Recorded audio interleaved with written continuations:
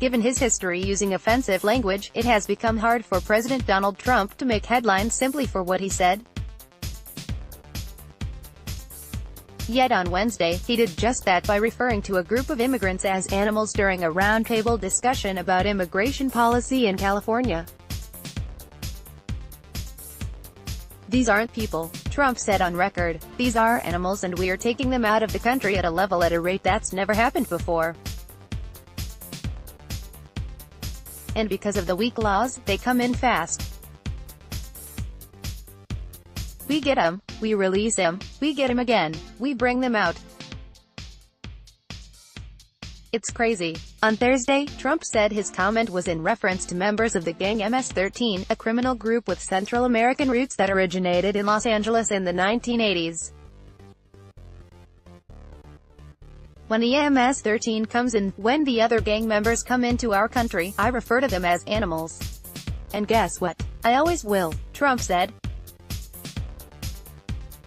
This is not the first time Trump has used derogatory language towards groups of people representing various ethnicities, in particular, those from Mexico and other parts of Central America, referring to those who are crossing the border as rapists during his presidential campaign in 2016. "This kind of rhetoric promotes the idea of humans being subhumans," says David Livingstone Smith, a professor of philosophy at the University of New England and the author of Less Than Human: Why We Demean, Enslave and Exterminate Others. "To use an animalistic language to characterize them is really placing them in an alien biological category," Smith says. "And it's an attempt to represent them as not meriting the sorts of attitudes that we have to other human beings." Smith says there are societal consequences to using such language when it comes to constructing broad generalizations toward a particular racialized group of people. "What listeners tend to do, who are responsive to that sort of derogatory rhetoric, is to generalize," Smith says, so even if he specifically had in mind and for some reason didn't make clear that he was referring to violent members of a particular gang, the fact is that many of his listeners will almost automatically extend this to undocumented Latino immigrants and probably actually even documented Latino immigrants. Conflict, exploitation and oppression. The concept of dehumanization goes back to the 18th century when white European men constructed a human hierarchy in which the top of the pyramid, themselves, were thought to be more biologically superior than those toward at the bottom, which tended to be sub-Saharan Africans or Native Americans, Smith says. When people get racialized, they're regarded as a different kind of human being, a different and an inferior kind of human being. "I don't think race is ever a neutral descriptive notion," Smith says. Racialization arises out of conflict, exploitation and oppression of human groups. So built into this sort of racial language are implicit ideas of superiority and inferiority.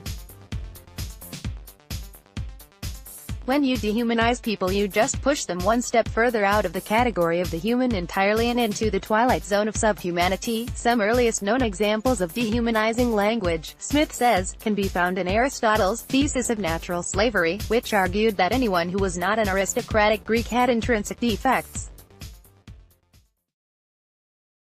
He referred to this large group of people, natural slaves, who were not fully rational.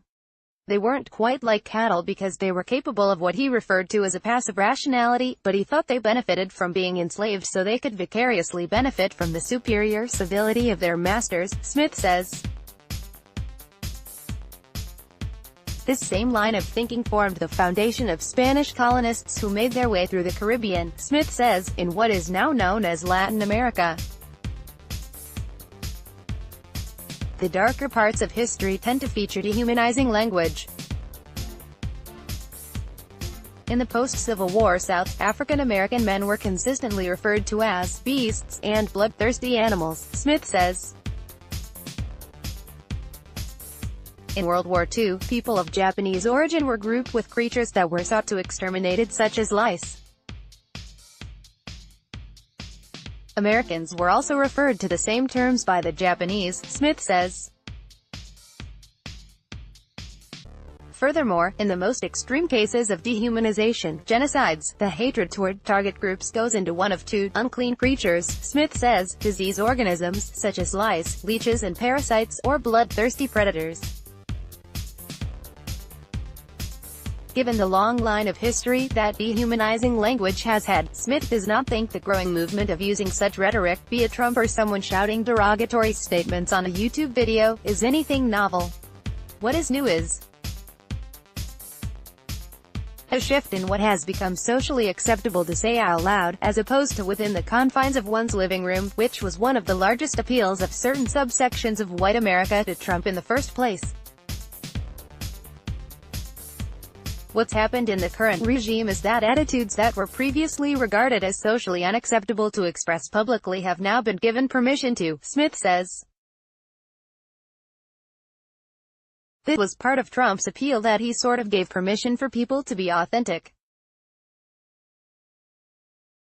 In this case, the authenticity is a sort of authenticity that one would hope did not exist, but it nonetheless does exist. And it will exist until white America really is prepared to come to grips with its historic, national crimes. And I'm afraid we are nowhere near that point. This article is based off an interview with Tansina Vega that aired on The Takeaway.